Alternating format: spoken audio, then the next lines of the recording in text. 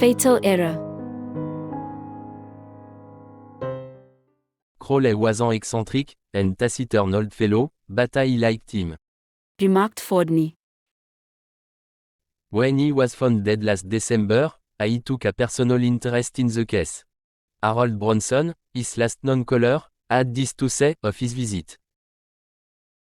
After leaving word at my hotel, where I might be reached if wanted, I arrived at Crowley's suburban estate, shortly after 5 o'clock. I found him seated in the dusk, at the end of his library table. Courteously enough for him, he waved me into a chair at the other end, and invited me to dine with him at 8 o'clock. Reaching for my cigarettes, I remembered that Crowley did not permit smoking. His principal contributions to our discussion were his usual nods of approval, grunts, and monosyllables. Very sparing of words was Mr. Crowley. About 7 o'clock the telephone rang, and he asked me to answer it. It was my wife asking me to return at once, to see an unexpected visitor. Finishing the conversation, I returned to my chair and, after I explained the call, Crowley nodded assent to my request to leave immediately. On the way out, as the lights had not been turned on, I bumped my head, which explains this bruise. Just as I reached the door, he called after me, "See you tomorrow at 10. He was certainly all right, when I left him shortly after 7.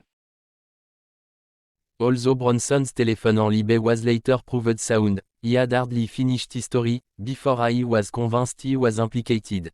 Concluded Fordney. What directed suspicion to Bronson?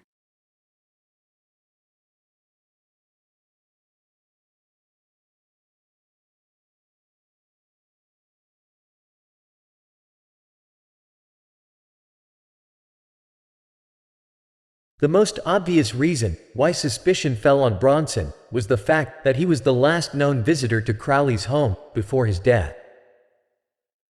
This, combined with the fact that Crowley asked Bronson to return the following day, made it seem as though Bronson had some sort of unfinished business or conversation with Crowley that may have been related to his death.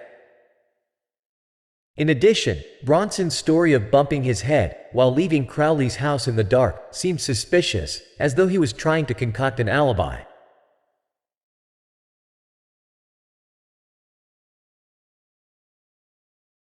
The professor knew it would take a keener pair of eyes than Bronson's to see a node in the dark.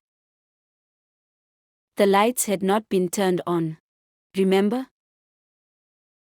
Darkness visible. Milton.